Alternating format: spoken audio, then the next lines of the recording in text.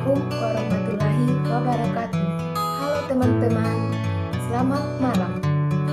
Perkenalkan, nama saya Putri Rosianti dari jurusan Teknik Informatika kelas B Fakultas Sains dan Teknologi Universitas Islam Negeri Alawi Makassar.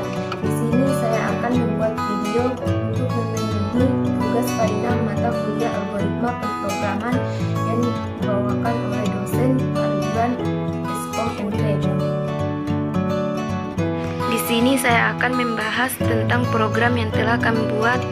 Sebelumnya saya dari kelompok 5 dan ini adalah program yang telah kami buat, yaitu menghitung gaji pegawai.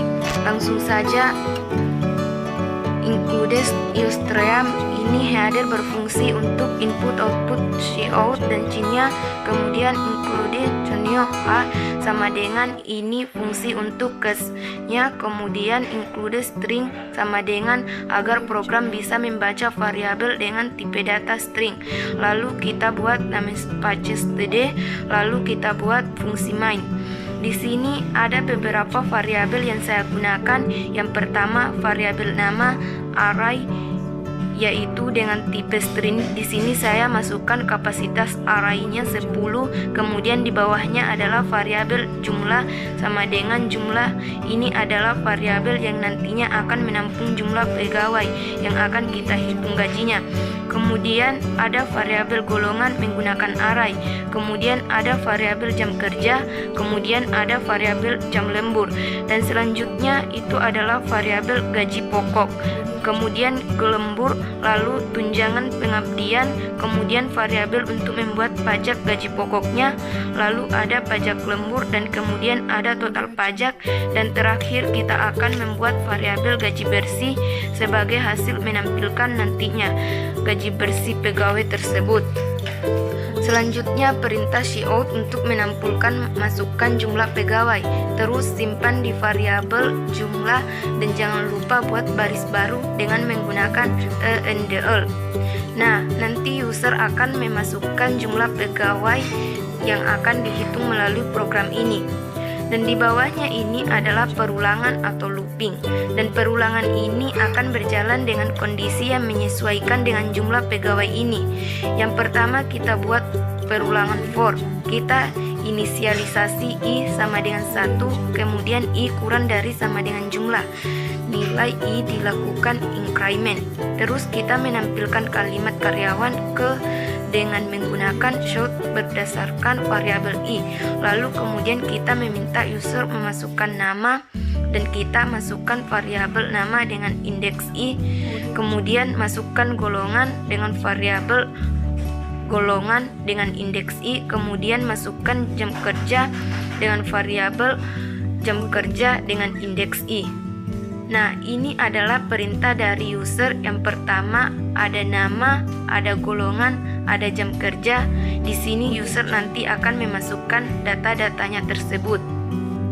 Dan selanjutnya kita lanjut di bawahnya dengan membuat pemilihan atau seleksi berdasarkan golongan, melakukan pemilihan gaji dan juga tunjangan yang dia terima berdasarkan yang kita bahas di rules sebelumnya. Di sini menggunakan switch ke variabel golongan. Selanjutnya kita buat setiap ke 1 gapok adalah jika dia adalah golongan 1 maka gaji pokoknya 1.500.000 dan tunjangan pengabdiannya 300.000. Selanjutnya perintah break ini untuk menghentikan.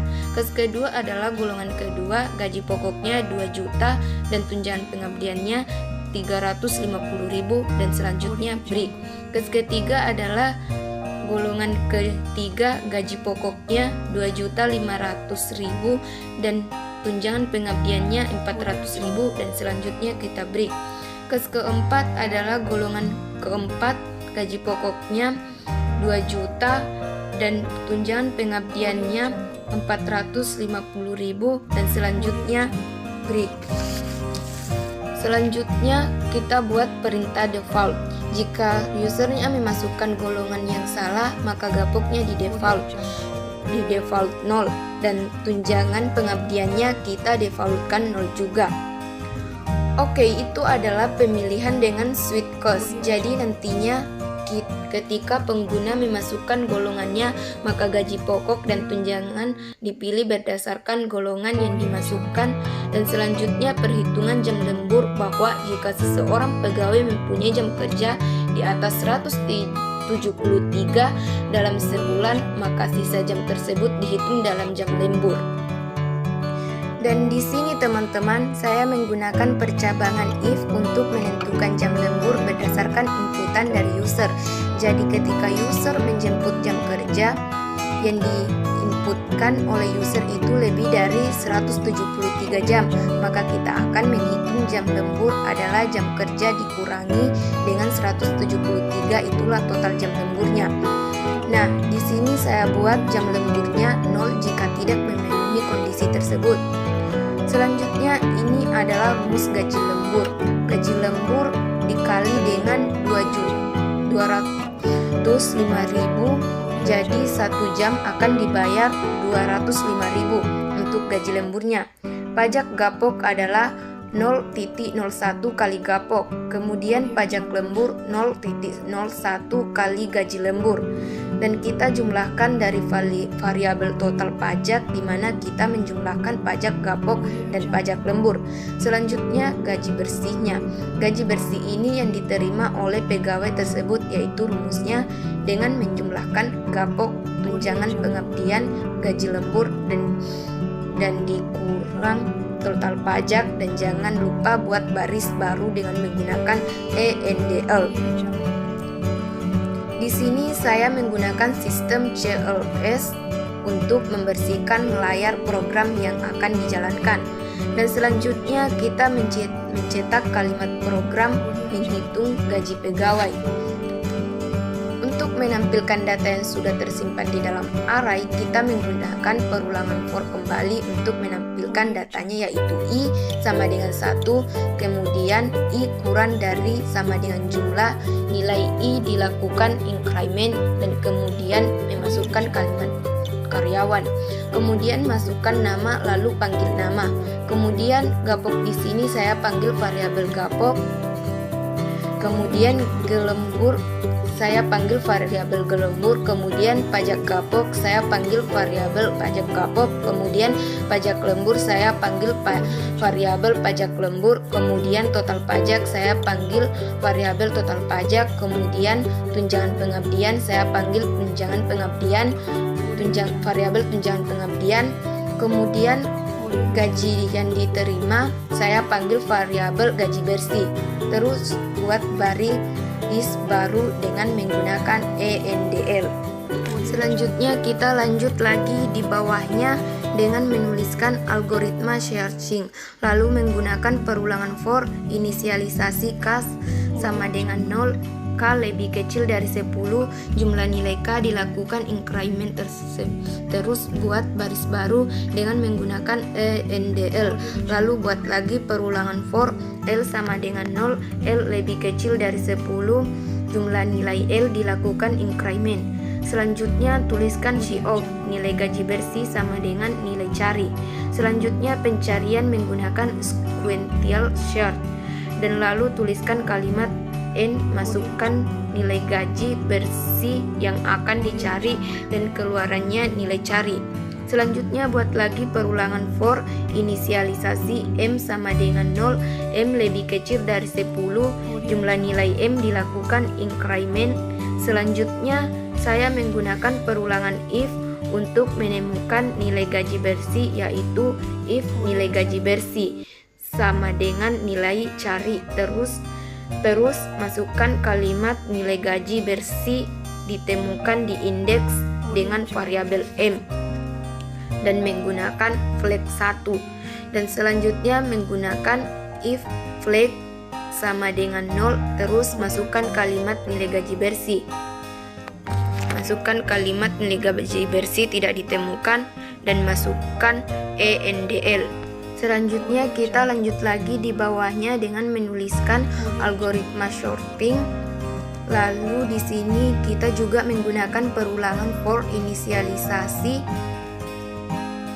X sama dengan 0, X lebih kecil dari 3, jumlah nilai X dilakukan increment, Lalu tuliskan lagi, masukkan data Q dengan menggunakan variabel X tambah 1 dengan keluaran cin data. Selanjutnya kita masukkan lagi kalimat dengan menggunakan cout, yaitu garis miring n data sebelum diurutkan garis miring n. Lalu menggunakan lagi perulangan for inisialisasi y sama dengan 0, y lebih kecil dari 3, jumlah nilai y dilakukan increment. Lalu keluarannya adalah data. Selanjutnya proses sorting menggunakan bubble sort. Di sini juga kita menggunakan perulangan for inisialisasi i sama dengan 0, i lebih kecil dari 3, jumlah nilai i dilakukan increment.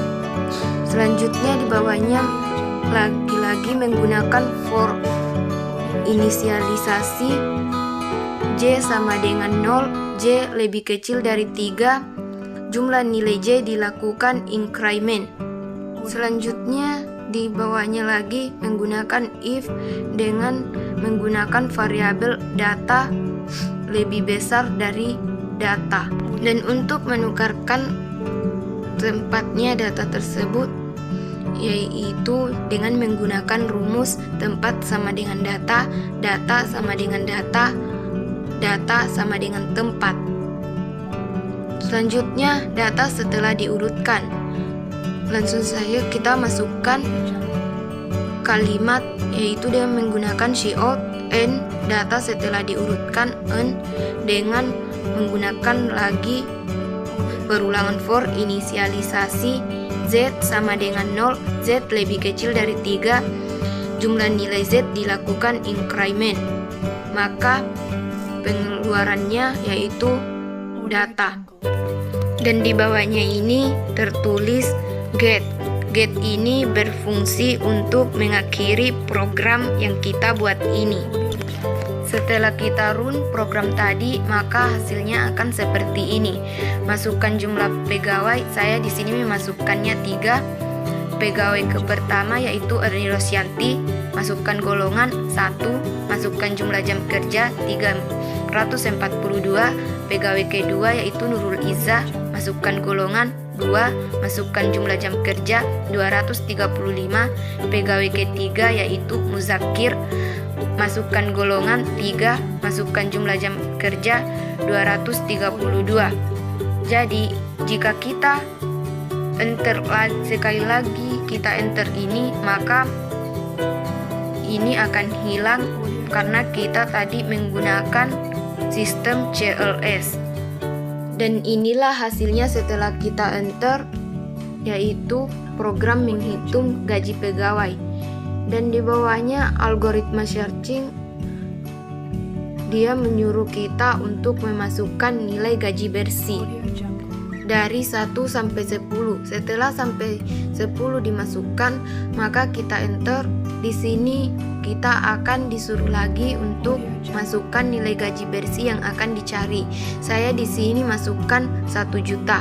Jadi nilai gaji bersihnya ketemu di indeks 0, nilai gaji bersih ketemu di indeks 3, nilai gaji bersih ketemu di indeks 6, nilai gaji bersih ketemu di indeks 9. Terus di bawahnya lagi algoritma sorting.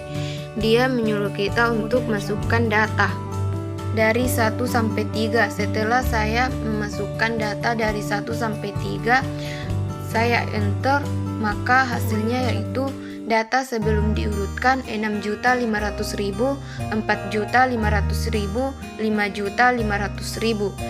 Dan setelah data diurutkan yaitu 6.500.000, 5.500.000, 4.500.000.